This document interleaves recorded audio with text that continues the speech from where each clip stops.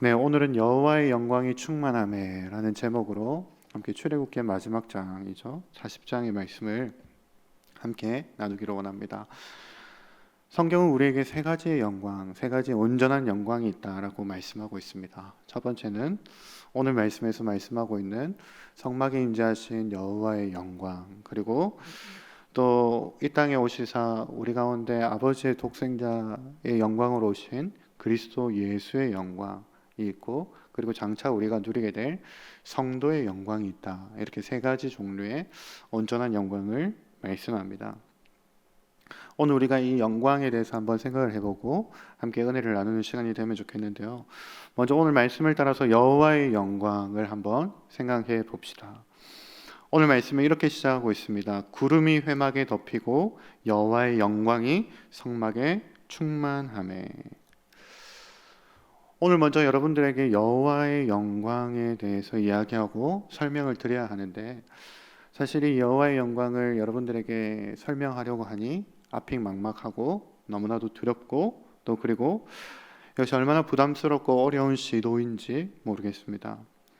왜냐하면 하늘의 하늘들이라도 그분의 영광을 다 담을 수 없고, 이 땅에 어떤 빛나는 보석도 그 광채, 그 영광의 광채를 감히 흉내조차 낼 수 있는 것들이 이 세상에는 존재하지 않기 때문에 그분의 영광을 어떻게 비유하고 그분의 영광을 어떻게 설명할 수 있을지 가늠조차 할 수가 없는 것이 사실입니다. 존 파이퍼 목사님은 심지어 이렇게 이야기했습니다. 성경도 하나님의 영광을, 거룩한 성경도 하나님의 영광을 겨우 절제해서 이야기하는 정도이다 라고 이렇게 이야기했습니다. 그런데 제가 감히 오늘 어떻게 그분의 영광을 여러분들에게 설명을 할 수 있을까, 참 부담이 되고 어려운 것이 사실입니다. 여호와의 영광을 제대로 본 사람이라면 우리는 이사야의 고백이 기억이 날 것입니다. 이사야가 여호와의 영광을 경험하고 뭐라고 고백했습니까? 이사야 6장 5절에 화로다 나여 망하게 되었도다. 나는 입술이 부정한 사람이요 나는 입술이 부정한 백성 중에 거주하면서 만군의 여호와이신 왕을 배웠음이로라. 먼저 우리가 이렇게 인정하면 좋겠습니다. 여호와의 영광은 우리가 다 이해할 수 없는, 아니 상상 그 이상이라고도 말해도 안 되는, 상상조차 할 수 없는 것임을 우리가 먼저 인정하면 좋겠습니다. 오늘날 합리적이고 과학적인 것을 좋아하는 현대인들은 무엇이든 정의를 내리고 인간의 이 얄팍한 지식으로 한계를 긋고 가늠하려고 하지만, 여호와의 영광, 최소한 여호와의 영광은 우리가 그렇게 할 수 없다는 것을 먼저 인정하고 시작하면 좋겠습니다. 저는 요한복음을 통해 요즘 이런 것을 깨닫습니다. 판단하는 사람이 아니라 나아가는 사람이 되어야겠다. 바리새인과 종교 지도자들은 마치 자신들이 심사위원이 된 마냥 예수님을 판단하고 자신들의 얄팍한 지식으로 예수님을 가늠해보려고 했지만, 도대체 그가 누구인가? 선지자 중에 한 사람인가? 도대체 그가 누구인가? 자신들이 알고 있는 그 지식의 한계선 안에서 예수님을 마치 자신들이 심사위원이 된 마냥 판단해보려고 했지만, 제자들은 누구였습니까? 그분께 나아가는 자들이었습니다. 심지어 예수님이 누군지도 알지도 못하는데도, 성경을 한 번도 읽어보지도 못한 사람도 영원한 양식과 영원한 생명의 근원, 생수의 근원 대신 그분께 나아가는 사람이 바로 제자들이었습니다. 오늘 우리도 마찬가지입니다. 여호와의 영광, 이 여호와의 영광 앞에 우리가 나아가는 자들이 되면 좋겠습니다.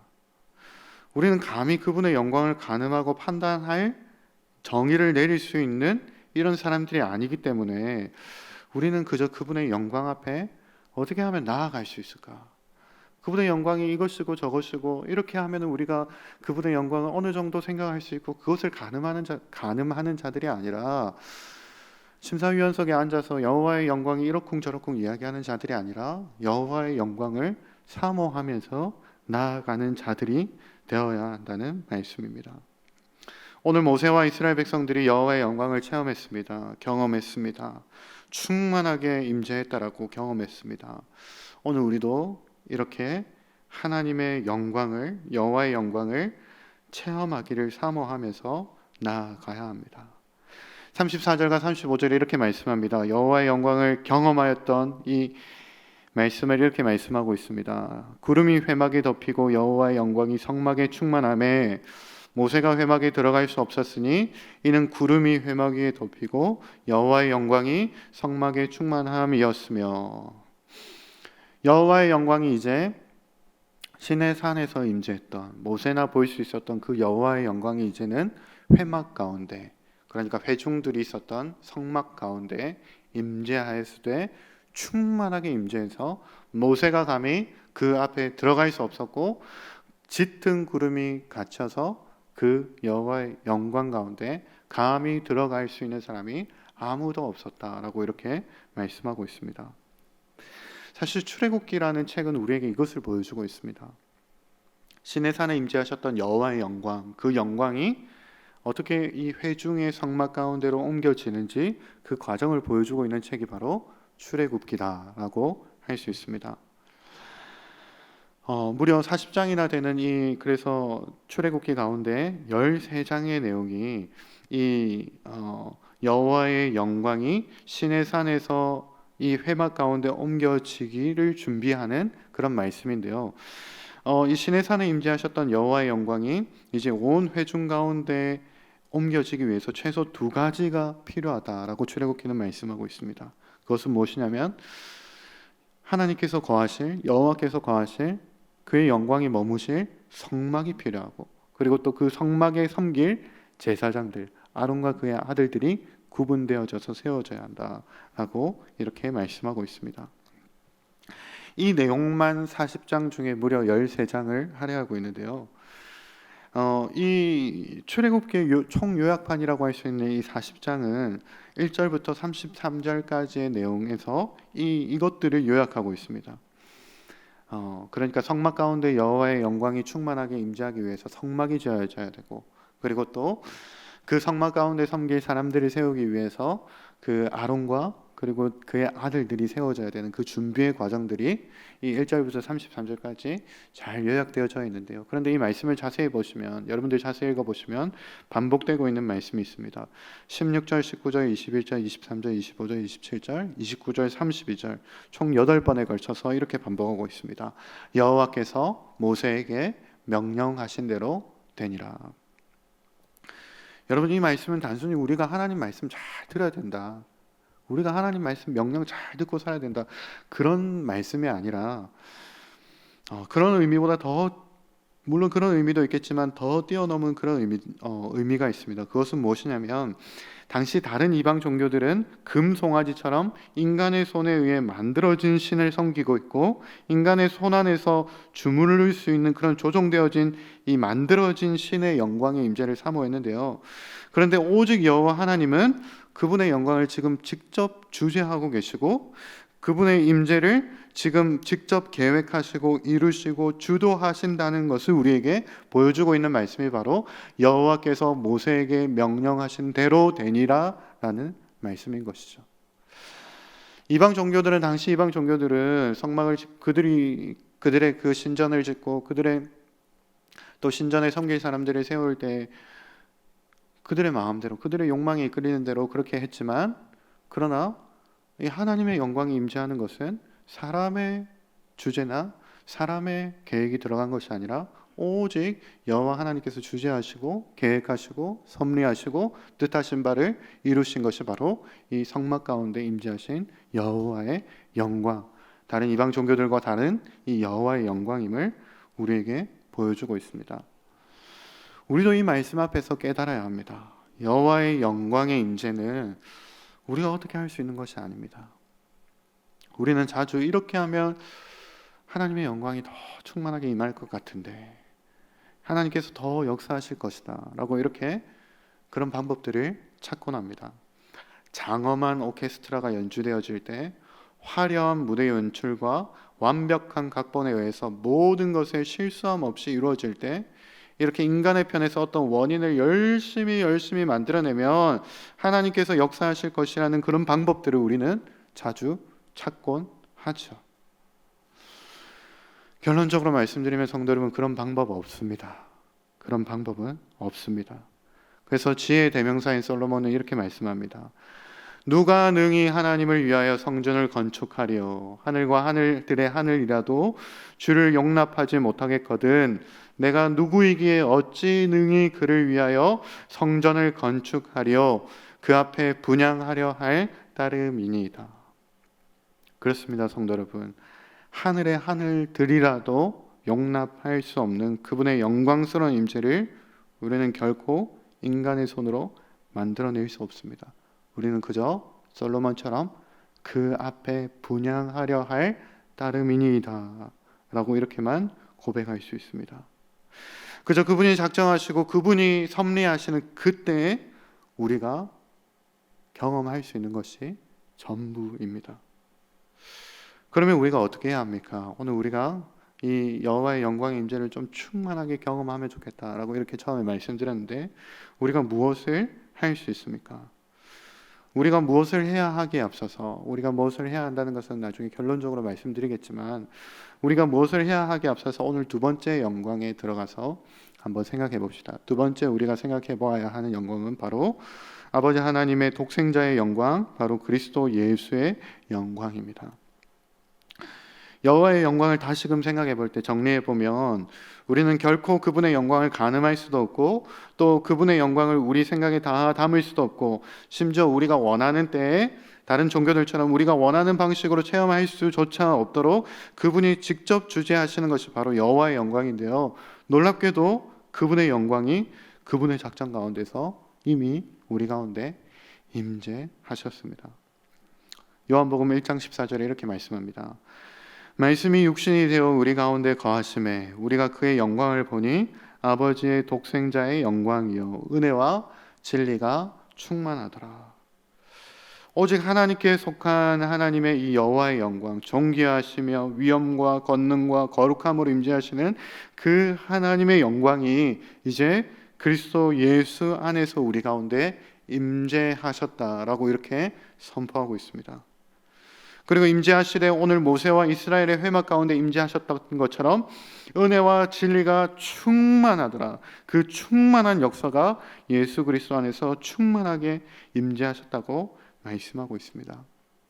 그러니까 최소 이 자리에 모인 저와 여러분들, 또 온라인으로 예배를 드리고 있는 저와 여러분들 모두는 이 영광을 경험한 사람들입니다. 모세와 이스라엘 백성들이 경험한 이 충만한 영광, 이 영광은 그들만이 경험한 것이 아니라 예수 그리스도 안에 초청된 우리들 모두가 이미 경험한 것이라는 말씀입니다. 이제 우리는 그의 기이한 빛에 초대되어서 그분의 아름다운 덕, 이 아름다운 영광을 선포하기 위해 부름을 받은 존재들입니다. 빛나는 그분의 영광, 아름다운 이 영광을 이제 선포하기 위해서 택하신 족속이요 왕같은 제사장이요 거룩한 나라로 부름받은 사람들이 바로 우리들입니다. 세상 사람들은 모두 자신과 이 세상의 영광을 구하면서 살아가지만 우리는 오직 그분의 영광스러운 부름을 받고 그분의 영광을 위해서 살아가는 사람들이 바로 우리들입니다. 태양을 본 사람이 촛불을 연연하지 않듯이, 안 본 사람은 있어도 한 번만 본 사람은 없듯이, 그분의 영광을 경험한 사람들이 이제 자신과 이 세상의 영광이 아니라 그분의 영광을 구하면서 살아가는 사람들입니다. 바로 예수 그리스도의 영광 안에서 말입니다. 그래서 이제 성도들은 이 여호와의 영광이 충만한 것을 이미 경험했다라고 이렇게 말씀할 수 있습니다. 성도된 우리들은 다시금 생각해 보면 그리스도 예수 안에서 이 여호와의 영광, 성부 하나님의 충만한 임재를 이 예수 그리스도 아들 독생자의 그분의 영화로 이 땅에 오셔서 십자가 지시고 부활하사 하늘 보좌에 앉으셔서 영원토록 하나님의 영광을 받고 계신 그 성자 하나님의 영광, 그리고 또 우리 가운데 교통하고 계시는 그 성령 하나님의 영광, 그 성삼위 하나님의 충만한 임재와 영광스러운 임재 가운데 들어간 사람들이 바로 우리들입니다. 이 충만한 임재를 경험한 사람들이 보여야 하는 그러면 태도는 무엇입니까? 우리가 어떤 반응을 보여야 합니까? 오늘 모세는 그 회막에 들어갈 수 없었다라고 이렇게 말씀하고 있는데요. 이것은 성전에서 여호와의 영광을 경험한 모든 사람들의 공통점이었습니다. 솔로몬도 이렇게 고백합니다. 열왕기상 8장 11절에 제사장이 그 구름으로 말미암아 능히 서서 섬기지 못하였으니 이는 여호와의 영광이 여호와의 성전에 가득함이었더라. 심지어 우리 주님 다시 오실 때 하늘이 열리고 우리가 영원히 예배할 쳐서 성전의 문이 열려 완전한 이 하나님의 영광을 경험하게 될 때도 사도 요한은 우리가 보여야 할 태도 반응이 이렇게 돼야 된다고 말씀하고 있습니다. 하나님의 영광과 능력으로 말미암아 성전의 연기가 가득 차매 일곱 천사의 일곱 재앙이 마치기까지는 성전에 능히 들어갈 자가 없더라. 무슨 말씀입니까? 성전에서 그의 영광을 경험한 사람은 하나님을 두려워하는 마음이 생깁니다. 광대하시고 위대하시고 빛나는 그분의 광채, 여호와의 이 하나님의 영광을 경험한 이 사람들은 하나님이 너무 두려운 거죠. 하나님이 두려워서 너무나도 하나님을 경외하는 마음이 들어서 그의 앞에 능히 서지 못하였다라고 그렇게 고백하고 있습니다. 두려움은 인간의 생존과 발전을 위해 가장 기본적이고 우선순위가 높은 감정이라고 합니다. 이성적으로 판단하기에 앞서서 감각적으로 느끼고 무의식적으로 반응하는 것이 바로 두려움이라는 정서라고 합니다. 그래서 어린아이가 뜨거운 것을 만져봐야 이게 두려운 거구나 라고 만져봐야 다음부터 그것을 피하는 반응을 보이는 것과 같은 것이 두려움이라는 정서라고 합니다. 여호와의 충만한 영광을 체험한 이스라엘 백성들도 마찬가지였습니다. 이제 그들은 이성적으로 판단하기 전에 감각적으로 그리고 무의식적으로 반응하는 이 두려움, 하나님을 경외하는 마음을 느끼게 되었습니다. 그래서 이 충만한 영광을 경험한 그들은, 이 이스라엘 백성들이 이제 이렇게 행합니다. 36절 37절입니다. 구름이 성막 위에서 떠오를 때에는 이스라엘 자손이 그 모든 행진하는 길에 앞으로 나아갔고 구름이 떠오르지 않을 때에는 떠오르는 날까지 나아가지 아니하였으며. 이제 광야에서 누구 하나 이 길이 맞는 길인가, 또 왜 이렇게 오래 걸리는 것인가 라는 것을 물을 수 없었습니다. 그들이 생각하기도 전에 여호와의 충만한 임재를 바라보면서 여호와를 진정으로 두려워하는 마음으로 그저 한 걸음 한 걸음을 내딛었습니다. 여호와의 영광이 그들 가운데 충만하게 임재했기 때문입니다. 그런데 문제는 이 영광의 임재를, 이 영광 앞에서 우리가 보여야 되는 마땅한 태도인 두려움을, 하나님을 경외하는 마음을 잊어버리는 것이 문제입니다. 우리가 이 여호와의 영광의 임재 앞에서 두려운 마음을 잊어버리면 하나님께서 그분의 영광을 그 성전 가운데서 거두어 가셨는데요. 에스겔 선지자의 경고가 바로 이러한 경고들이었습니다. 여호와의 영광이 그 성전을 떠났다라고 고백하는 것이 에스겔 선지자의 고백인데요. 그 성전을 떠나고 어떻게 되었습니까? 창조의 질서가 깨어지고 사람들은 저주를 받아 여호와의 영광이 아니라 이 세상에 자신의 영광을 구하면서 살아가는, 자기 명예와 쾌락을 쫓아서 살아가는 이 저주에 다시 빠지고 말았다라고 선지자들이 말씀하고 있습니다. 그리고 이 저주에서 우리를 구원하시기 위해서 예수님께서 아버지의 영광 가운데 우리 가운데 오셨습니다. 그리고 이렇게 말씀하셨습니다. 너희는 먼저 그의 나라와 그의 의를 구하라. 그리고 기도할 때 꼭 이렇게 기도를 마무리해야 된다. 나라와 권세와 영광이 아버지께 영원히 있사옵나이다.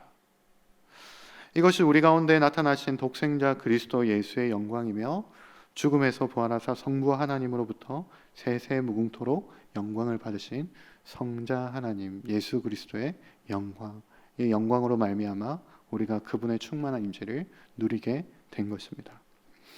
이제 그러면 마지막으로 우리가 누리게 될 성도의 영광을 한번 생각해 봅시다. 우리는 이제 그리스도 예수 안에서 이미 경험했다라고 말씀드렸습니다.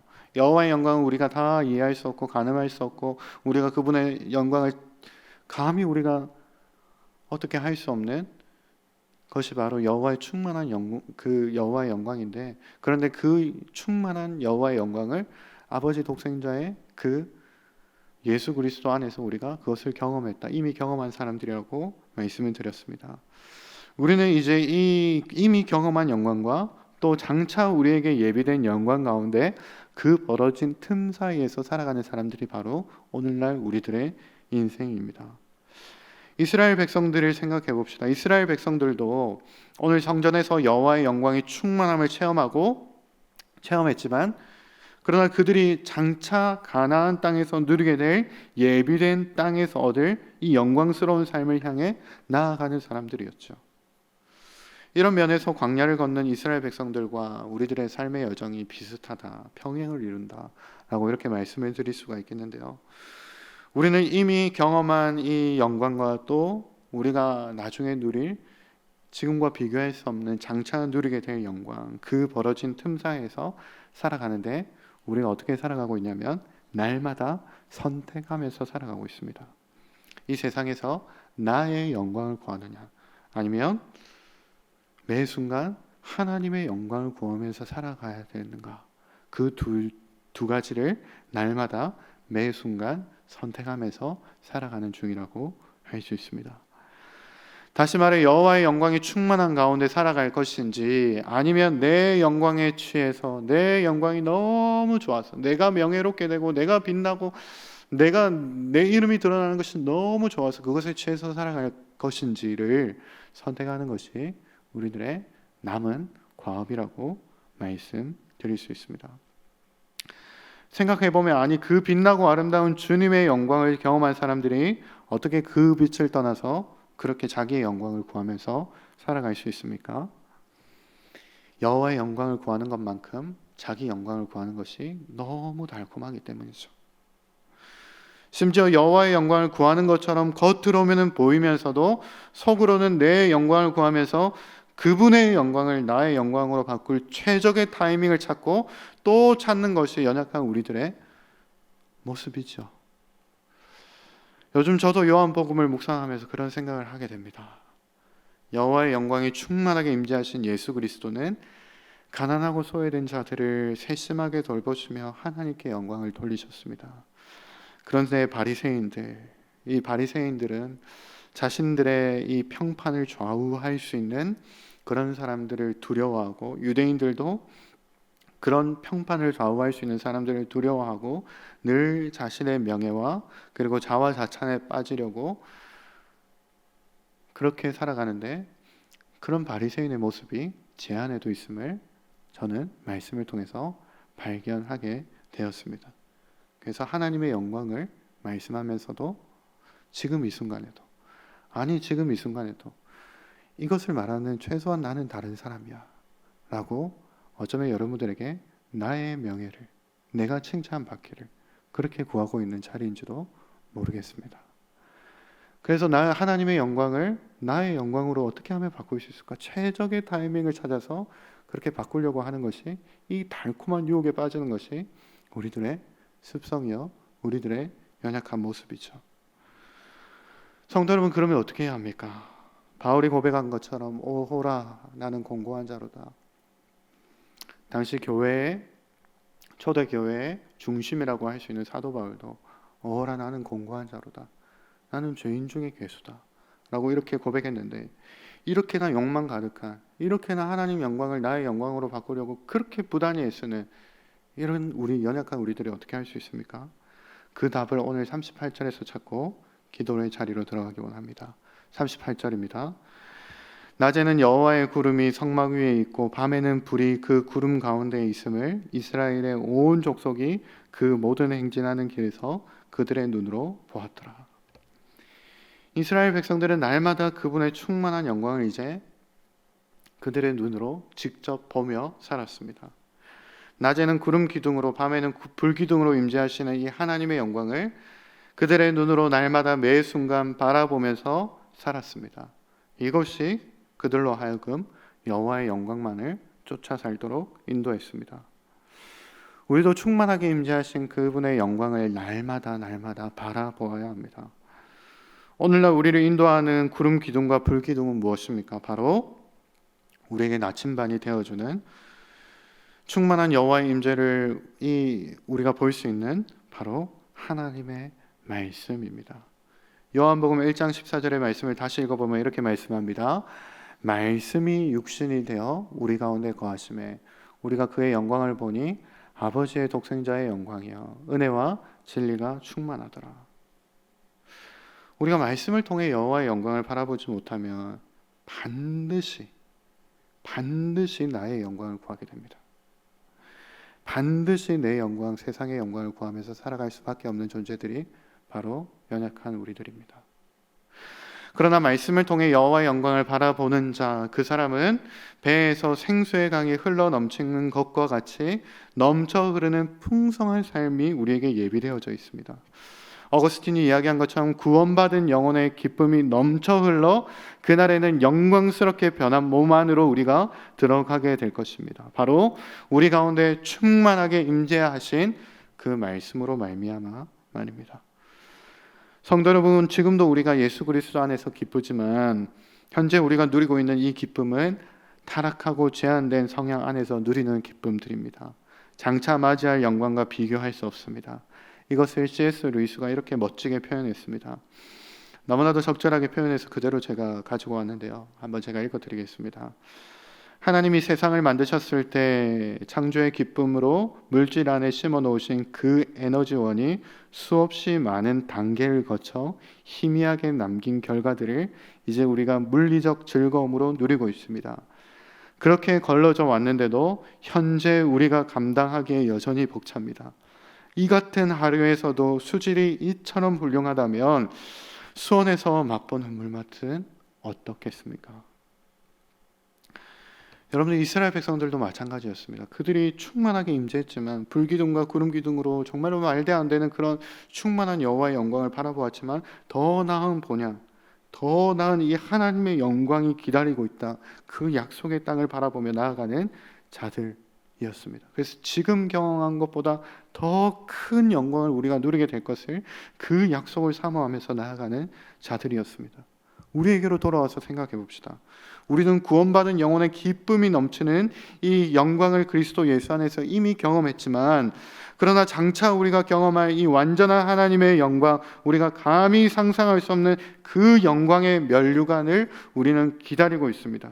그리고 그 이전에는, 그 벌어진 틈 사이에서는 십자가가 있고, 주일에 아무리 여호와의 영광의 임재를 경험해도, 주일에 아무리 충만한 영광의 임재를 경험해도 내일은 또 다른 한 주를 시작해야 되는 하루하루가 우리 가운데 펼쳐져 있는 것이죠. 그 벌어진 틈 사이에서 우리가 각기 제 십자가를 지고 말씀 안에서 그분의 영광을 직접 두 눈으로 바라보면서 살아가야 합니다.